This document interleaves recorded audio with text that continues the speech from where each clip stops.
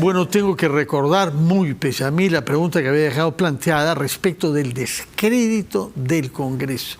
Me parece que es 16% los que tienen una buena imagen de ustedes. Se han esforzado, parece que se hubieran esforzado en generar una mala imagen. ¿Por qué es así, señor Martí Corena? Bueno, esto viene como todo lo que ha pasado con Pedro también, y el Ejecutivo viene desde antes que Pedro sea proclamado, la intención de no reconocer. Pedro es el presidente Pedro Castillo, ¿no? El profesor Pedro Castillo no se reconoció como presidente, y obviamente desde ahí ha venido la confrontación.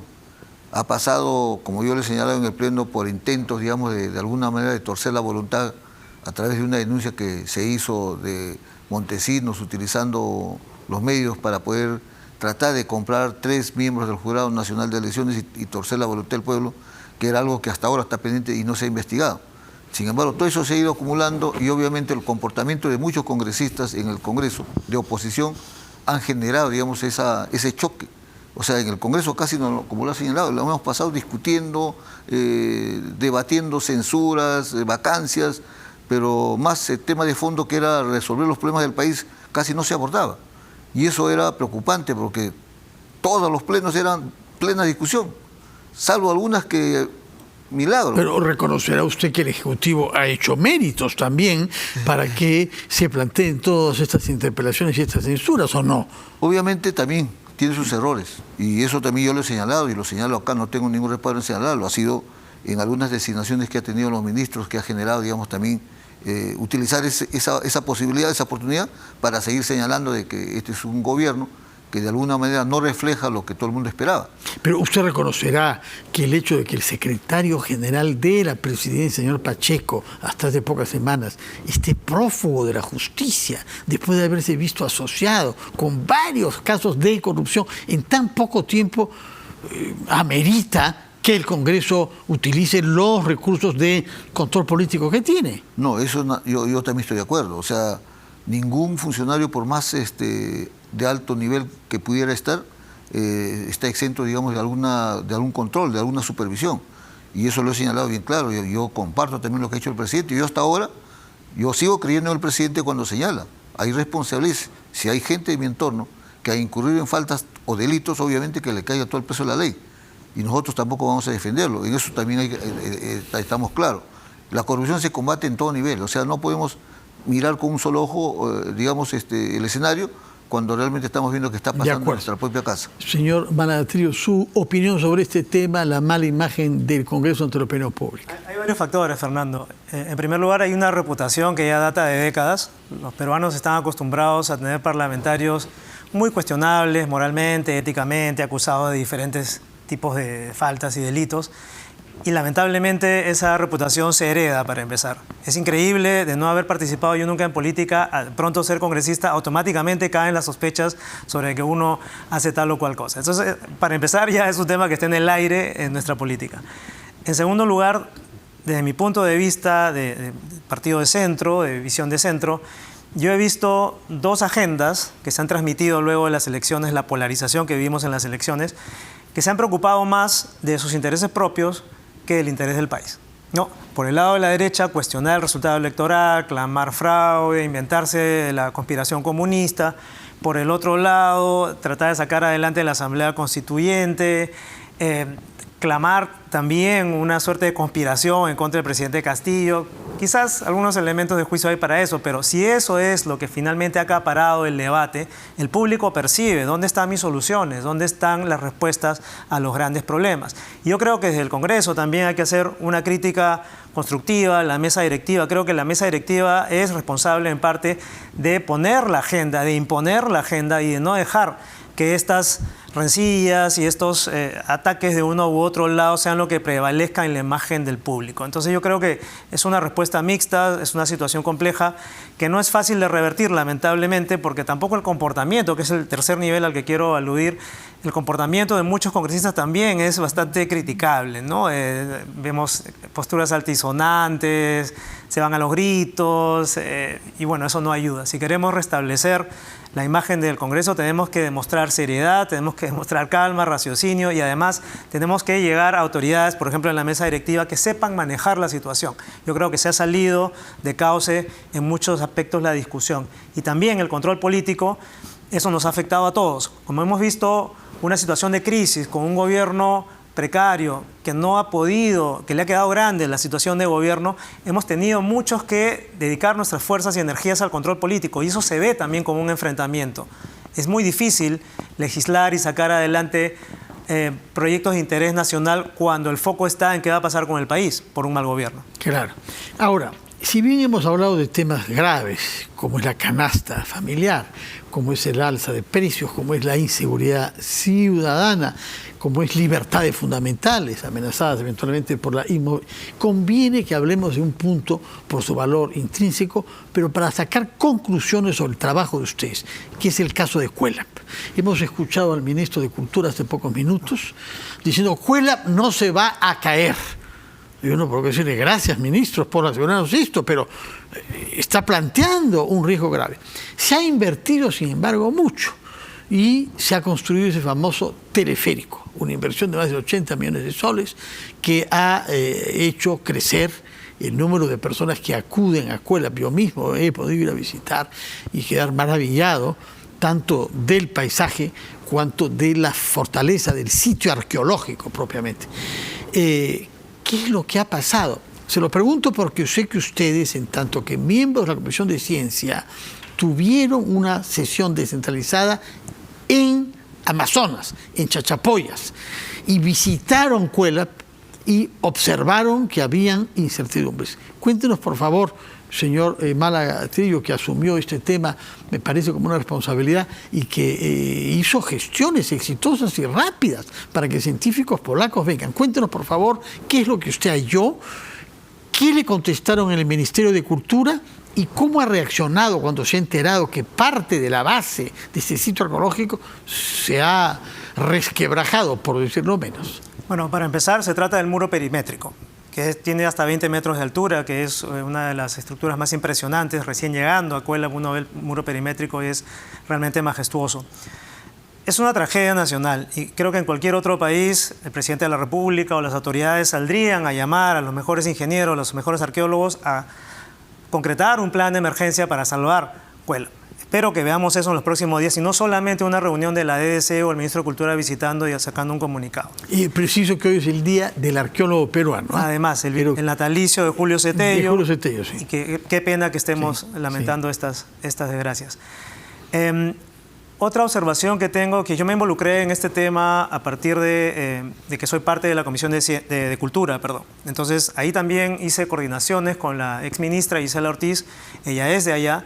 Ellos necesitaban también un apoyo, digamos, académico, científico, y como sabía de mis relaciones con otro grupo de científicos, me preguntó si podía ayudar a conseguir expertos para ver este tema. Expertos más allá de lo que dice la DDC, que por supuesto también es muy respetada. DDC es la Dirección Departamental de Cultura, ¿no? Desconcentrada de Cultura. Desconcentrada de Cultura. Sí. En este caso de Amazonas. Sí. Entonces, por eso, viendo entre las relaciones que tenemos académicamente, llegamos al Centro de Altos Estudios Andinos de la Universidad de Varsovia, que son expertos en patrimonio mundial y tienen un centro de estudios en Cusco, inclusive. Porque sí, y han hecho grandes descubrimientos arqueológicos. Sí, entonces recurrimos a ellos y hicimos incluso una visita, logramos traer una delegación desde Varsovia en enero de este año, para que evalúen este dato y den también su contribución, sus aportes. Y una de las recomendaciones inmediatas fue hay que hacer un diagnóstico tridimensional con drones, con rayos láser. ¿Qué hacemos acá? Hay arqueólogos que hacen eso. Pero Luis Jaime Castillo, me parece. Pero hay técnicas mucho más sofisticadas que todavía no se manejan aquí.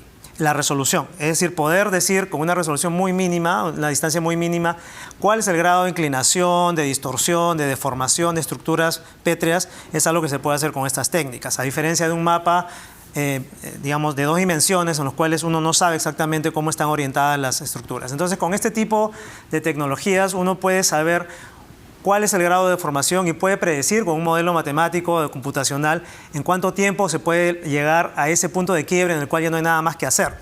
Esto tenían planeado hacerlo inminentemente en los próximos meses, pero lamentablemente el cambio de gabinete truncó esas gestiones. Por otro lado, otra de las recomendaciones que los mismos lugareños hacen, los mismos encargados hacen es apuntalar ciertas paredes. Hay una tesis de la UNI, una tesis de maestría de un investigador peruano, que demarcó exactamente qué partes del muro eran las que estaban más próximas a caerse, y una de ellas ha caído efectivamente. Entonces no es que no sabíamos dónde, se ha podido apuntalar, y espero que esa sea una de las primeras medidas que tome el ministro Salas, pero más allá de apuntalar hay que llegar al problema de fondo, que es saber por qué se acumula el agua tan rápidamente en el complejo arqueológico, por qué no hay un drenaje efectivo, y también hacer este análisis tridimensional para que luego que se asuma la reconstrucción se pueda retomar la estructura original de una manera sostenible. De acuerdo. ¿La amenaza concierne qué porcentaje del sitio arqueológico? Entiendo que principalmente los muros perimétricos. La parte interna no está mayormente afectada, pero los muros perimétricos son los que están realmente deformados y se están cayendo. Y yo no comparto la opinión del ministro. Yo creo que lamentablemente vamos a ver más derrumbes. Entiendo en un comunicado que ha habido 3 derrumbes ayer. Hoy día se me ha informado de otro. Y el problema es que si uno analiza las imágenes va a ver que las piedras, los muros están conectados por segmentos. Entonces un derrumbe jala al siguiente y jala al siguiente y jala al siguiente. O sea, esto es un efecto en cadena que probablemente va a ser difícil de contener. La temporada de lluvias ha empezado hace poco recién. Tenemos para rato con esto. Ya, un poco tarde, ¿no? No, normalmente llueve antes. No sé, en fin, no conozco las especificidades de esa región. Usted visitó también como miembro de la Comisión de Ciencia. ¿Qué es lo que observó en Cuélap? La oportunidad de ver, también justo lo que señala acá el amigo, obviamente los muros, se notaba. O sea, uno sin ser conocedor de esto, se notaba que por la lluvia eso en cualquier momento se iba a caer. Inclusive habían parantes que de alguna manera estaban ayudando a sostener. Sí. Entonces, la preocupación va de que a veces no tomamos la decisión oportuna antes de que ocurra. Siempre hemos sido, hasta ahora, en el estado reactivos. Reaccionamos cuando ya el hecho se ha desencadenado. Esto se ha debido de prever. Obviamente, como está pasando en otros centros arqueológicos, lo que hay que evitar es que esto de alguna manera empiece a cambiar. Ya hemos visto. Y allá, cuando llueve, llueve fuerte. Y obviamente ya se veía que eso podía ocurrir, porque a veces da hasta miedo caminar al costado. Así es. Porque este movimiento se cae, un pequeño sismo y se derrumba, ¿no? Eso ya lo habíamos visto, sin ser esto, y él creo que lo ha explicado. Pero muy ¿cómo bien. es posible que haya podido durar esa edificación, que es gigantesca, ¿no? 1000 años.